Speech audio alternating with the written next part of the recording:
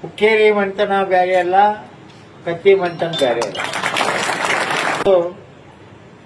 ಹುಕ್ಕೇರಿ ಮಂಟನ ಬ್ಯಾರೆ ಅಲ್ಲ, ಕತ್ತಿ ಮಂಟನ ಬ್ಯಾರೆ ಅಲ್ಲ.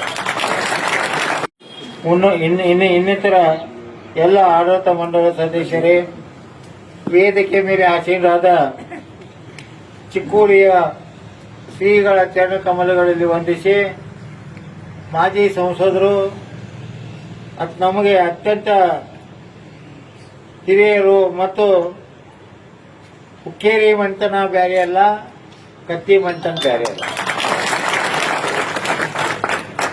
ಈ ಕಾರ್ಯಕ್ರಮಕ್ಕೆ ಆಗಮಿಸಿದ ರಮೇಶ್ ವಿಶ್ವನಾಥ್ ಕತ್ತಿಯವರೇ ಮತ್ತು ಮಾಧ್ಯಮದ ಮಿತ್ರರೇ ಮತ್ತು ಎಲ್ಲ ಅಣ್ಣ ತಮ್ಮಂದಿರೇ, ಅಕ್ಕ ತಂಗಿಯರೇ, ಈಗಾಗಲೇ